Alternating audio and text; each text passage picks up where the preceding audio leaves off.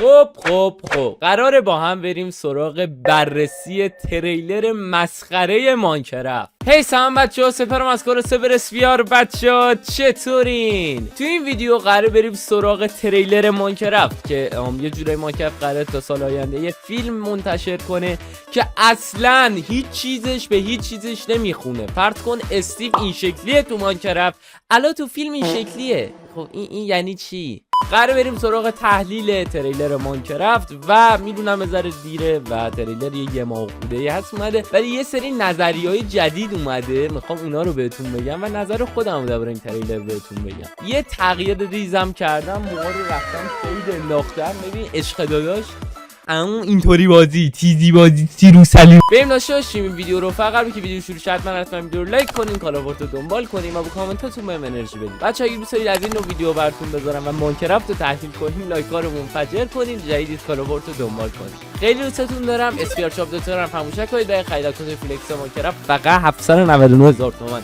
اگر میخواید در اضافه اگه میخواید از سرورهای ایرانی نجات پیدا کنید، میتونید داخل توضیحات بیاید داخل سایت و اکانت و پیکسل رو خریداری کنید، اشغال کنید. دیگه بدید شرف اضافه بریم داشته باشیم این ویدیو رو. Let's go to the video.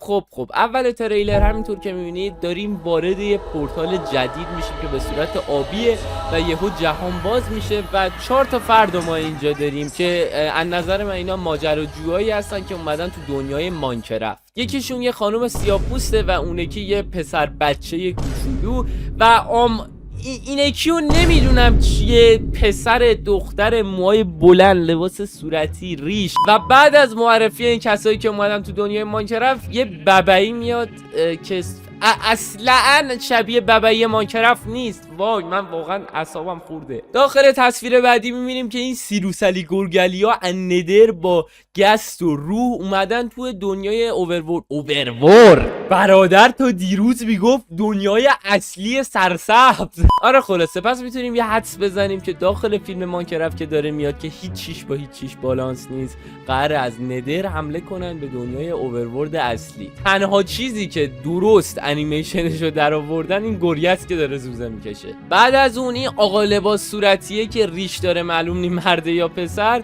یه دونه مرده یا پسر، مرده یا زن ببخشید، یه دونه کرافتینگ داریم. یعنی داخل فیلم ماینکرافت یه دونه کرافتینگ تیبل داریم و یکی از قشنگترین کارهایی که کردن اینه که وسایل اون روی کرافتینگ نشون میده و یه چیزی رو با چکش میذاره درست میکنه. من نمیدونم این چیه، این چرا اینقدر گرده، اینقدر گنده است. بعد این اصلا همچی چیزی رو با تو ماینکرافت نداریم. داخل تصویر بعدی میبینیم که این پسره داره از بلاک‌های درخت ماینکرافت استفاده میکنه و انگار یه جورایی این 4 نفر از دنیای خودشون با یه پورتالی اومدن تو این دنیا. داخل تصویر بعدی میبینیم که پیگلینا داخل یه ویلیجن و اعصاب ندارن و میخوان همه رو بزنن بکشن. اینا یه ذره قیافه هاشون به پیگلینای ماینکرافت نزدیک‌تره، قابل تحمل‌تره. این مرد صورتی هم که اصلا خیلی عجیبه برای من. بفرمایید کلیپر. و در تصویر بعدی یه چیزی میبینیم که دیگه ماینکرافت شوک آخر. Who are you? I am Steve.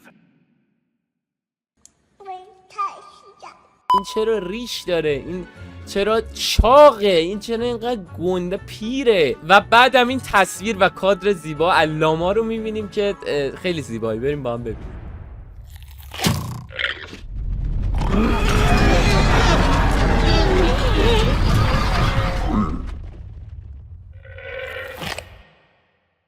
یه ذره این لامای شبیه آقا معین نیست؟ خب یه سری بررسی ها داره این تریلر از نظر من. این که این خانم سیاه‌پوستی که ما میبینیم پشتش یه پورتاله که من نمیدونم چرا پورتال رنگ آبی روشن سیرو سلیمت. بابا داخل ماینکرافت قرمزه. سبحان العلی. خیلیا گفتن که این مثلا یه پورتال دیگه است، مثلا بهشت ممکنه باشه، یا خیلی هم که یه نظریه دیگه دادن که اینا با این پورتال اومدن تو دنیای ماینکرافت، که از نظر من این نظریه خیلی چیزتره، خیلی قابل قبول تره. اتفاق بعدی که من اصلا نفهمیدم چرا ببعی این شکلیه، یعنی اصلا شبیه ماینکرافت، یعنی ببعی صورتی ماینکرافت اگه این باشه، خب ببعی صورت فیلم این اصلا این دوتا شبیه هم نیستن. و در آخر جنبندی که من میخوام بکنم اینه که این فیلم اگه بیاد بیرون یا یه نمره خیلی بالا میگیره یا یه نمره خیلی خیلی بد میگیره، چون اصلا هیچ فیلم با هیچ جای خود بازی ماینکرافت یکی نیست. و داستان فیلم که درباره اینه که پیگلینا از ندر اومدن دنیای اوورورلد و میخوان تصرف کنن، به جورایی به ماینکرافت دانجن برمیگرده، چون داخل ماینکرافت اصلی از ندر هیچ وقت حمله نمیکنن به اوورورلد. خب برای همین از نظر من به ماینکرافت دانجن ربط داره، چون تو بازی ماینکرافت دانجن افرادی که داخل ندر بودن و افراد بد بازی اومده بودن که ماینکرافت دنیای اصلیشو تصرف کنن. و کل فیلم از نظر من اینه که این 4 نفری که اومدن داخل دنیای ماینکرافت ماجراجویی کنن و با چیزای عجیب غریبی روبرو میشن. و مایی هم که داریم فیلمو تماشا میکنیم از نظر من قرار کلی فشار بخوریم، چون هیچ چیز فیلم با خود بازی ماینکرافت یکی نیست.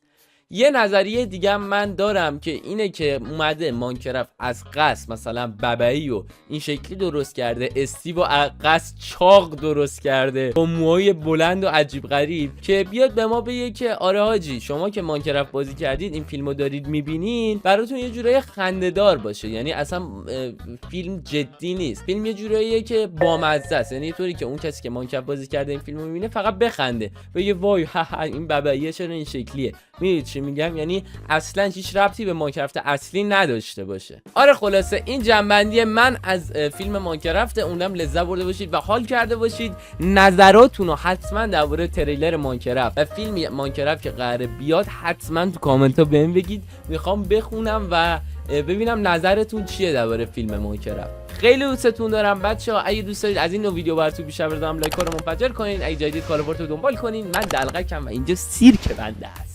آره خلاصه خیلی مخلصیم، آمبولی بازی باشه، خیلی مخلصیم. میبینمتون و تا ویدیو بعد شما رو اسپیار شاپ دوتایا برای خرید اکانتوی فرایس ممکنه برای ورود به آی پیکسل فقط 799,000 تومان با پشتیبانی خفن تا نری تو ماینکرافت ولت نمیکنم. من خیلی مخلصیم و آمبوله. میبینمتون تا ویدیو بعد شما رو خیلی بزرگ میسپارم و فعلا خدافیز.